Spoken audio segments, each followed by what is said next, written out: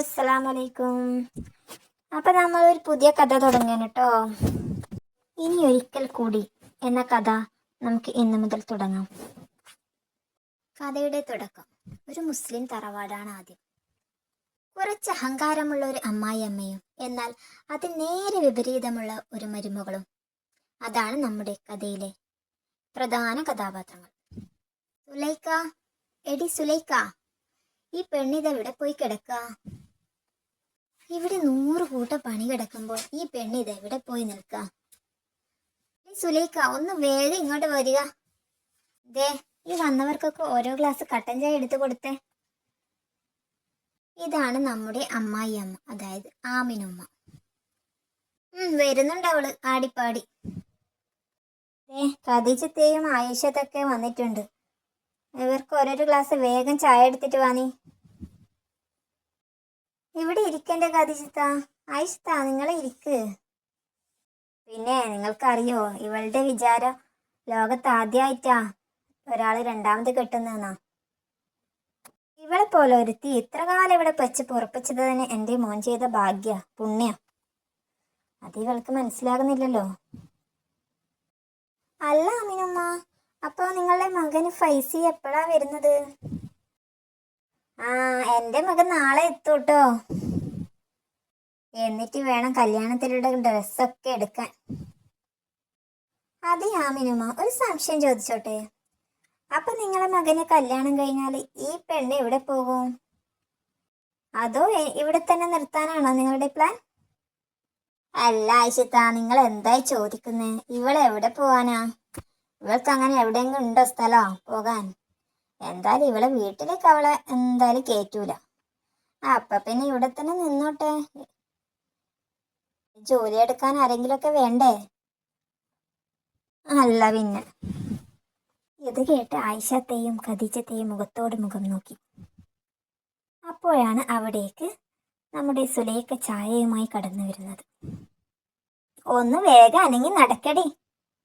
ഒക്കെ വന്നിട്ട് എത്ര സമയമായെന്നറിയോ? ഇപ്പോഴാ അവള് ചായയുമായി വരുന്നത്. എന്റെ മുഖം എന്താ ഇങ്ങനെ കടന്തല കുത്തിയതുപോലെ? അല്ല സുലൈക്ക, ഇതൊക്കെ നീ ഒരു സ്പോർട്സ്മാൻ സ്പിരിറ്റിൽ എടുക്കുന്നേ. ഖദീജത്തെയായിരുന്നു ആ ഒരു കമന്റ്. അല്ലെങ്കിൽ ഇതൊക്കെ ഇപ്പോഴത്തെ ഒരു ഫാഷനല്ലേ? ആയിഷത്തെയും അവരുടെ അഭിപ്രായം പറഞ്ഞു. ഇതൊക്കെ കേട്ട് നമ്മുടെ കഥാനായിക സുലൈക്ക, അവൾക്ക് സങ്കടം അടക്കി പിടിച്ചു നിർത്താൻ സാധിക്കുമായിരുന്നില്ല. അവളുടെ കണ്ണിൽ നിന്നും കണ്ണുനീർ ഒഴുകി ഒഴുകി വന്നു. ഇത് കണ്ട് നമ്മുടെ ആമിനത്തേക്ക് ദേഷ്യം വന്നു. ഓ, കണ്ടില്ലേ, അവള് വീണ്ടും തുടങ്ങി. അവളുടെ കണ്ണീര് കണ്ടാ തോന്നും ഇവിടെ എന്തോ നടന്നു. ആരോ അവളെ ചെയ്തതുപോലെയുണ്ട്. ഏത് നേരവും കണ്ണീര്. നിങ്ങൾ രണ്ടാളും ചായ കുടിക്കുകയും അവളെ നിങ്ങൾ മെയിൻറ്റെയിൻ ചെയ്യണ്ട. എൻ്റെ മോൻ നാളെ വന്നിട്ട് വേണം ഇതിനൊക്കെ ഒരു തീരുമാനം എടുക്കാൻ. ആയിഷത്താ, നിങ്ങൾ നാളെ ഡ്രസ്സ് എടുക്കാൻ പോട്ടോ. നിങ്ങൾക്ക് രണ്ടാൾക്കും എന്തെങ്കിലും വേണമെങ്കിൽ പറ, എൻ്റെ മോനോട് പറയാം. അവനൊരു സന്തോഷം വരുന്നതല്ലേ. ശരി ആമിനുമ്മ, എന്നാ ഞങ്ങൾ ഇറങ്ങട്ടെ. സുലു, ചായ അടിപൊളിയായിരുന്നു കേട്ടോ. നല്ല കടുപ്പുണ്ടായിരുന്നു. പിന്നെ ഞങ്ങൾ നാളെയാറ്റം വരാം. ആമിനുമ്മക്ക് ഒരുപാട് പണി കിടക്കല്ലേ. നടക്കട്ടെ. ഞങ്ങൾ ഇവിടെ ഇരുന്നിട്ട് ഒന്നും നടക്കാതിരിക്കണ്ട. കല്യാണമൊക്കെ അല്ലേ വരുന്നത്.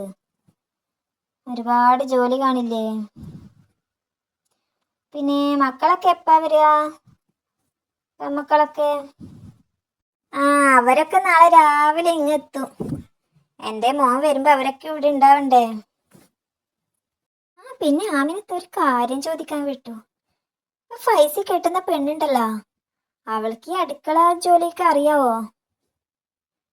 നിങ്ങൾ എന്തായി ഖദീജത്തെ ചോദിക്കുന്നത്? അവരൊക്കെ വലിയ വലിയ തറവാട്ടുകാരല്ലേ. അവിടേക്ക് ഓരോ ജോലിക്കും ഓരോ ജോലിക്കാരെന്നാ പറയുന്നത്. അങ്ങനെയുള്ള കുട്ടി ഇവിടെ വന്നിട്ട് ജോലി എടുക്കാനോ? ചിന്തിക്കാനേ വയ്യ. പിന്നെ എന്തിനാ ഇവിടെ വന്നിട്ട് എന്തിനാ ജോലി എടുക്കുന്നത്? ഇവിടെ ഇവളുണ്ടല്ലോ സുലൈക്ക, ഇവൾക്ക് ഇവിടെ എന്താ പണി?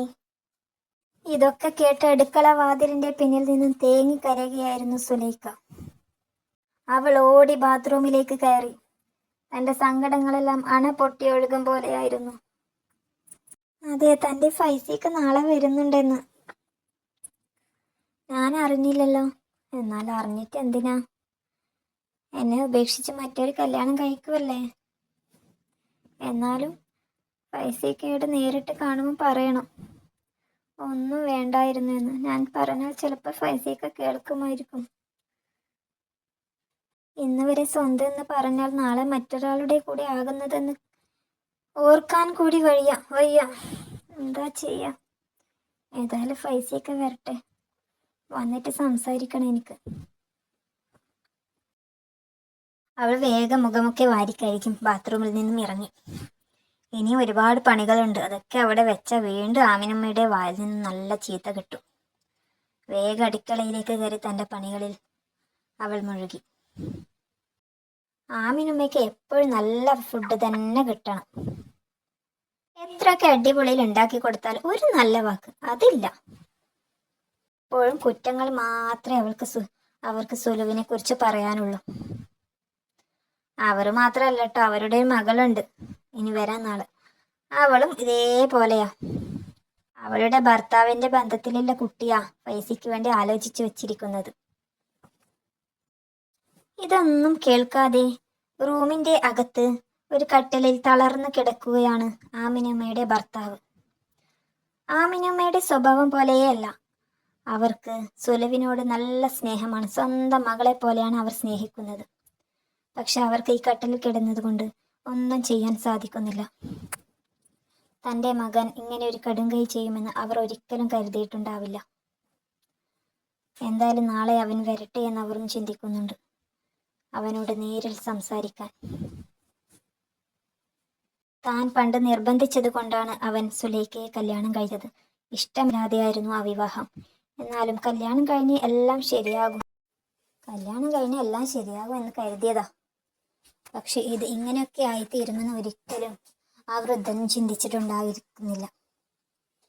ഇതൊക്കെ ആലോചിച്ചുകൊണ്ട് ആ വൃദ്ധന്റെ കണ്ണിൽ നിന്നും കണ്ണുനീർ ധാരധാരയായി ഒഴുകുന്നുണ്ടായിരുന്നു. ഒന്നിനും കഴിയാത്ത ഈ വൃദ്ധന്റെ വാക്കുകൾ ഇനി ആരെങ്കിലും സ്വീകരിക്കുമോ? ഇതേ സമയം ആമിനുമ്മ തന്റെ പുതിയ മരുമകളെ കുറിച്ച് ഓർക്കുകയായിരുന്നു. എന്തോരം സ്വർണമായിരിക്കും അവൾക്ക് കിട്ടുക. വലിയ ആൾക്കാരല്ലേ, ഒരുപാട് സ്വർണം കിട്ടുമായിരിക്കും. എൻ്റെ മോൻ്റെ ഭാഗ്യ. ഒരു 2ാം ഘട്ട ആയിട്ട് കൂടി ഇങ്ങനൊരു ഭാഗ്യം കിട്ടാന്ന് വെച്ചാൽ ഓർക്കുമ്പം തന്നെ കുളിര് കോരുന്നു.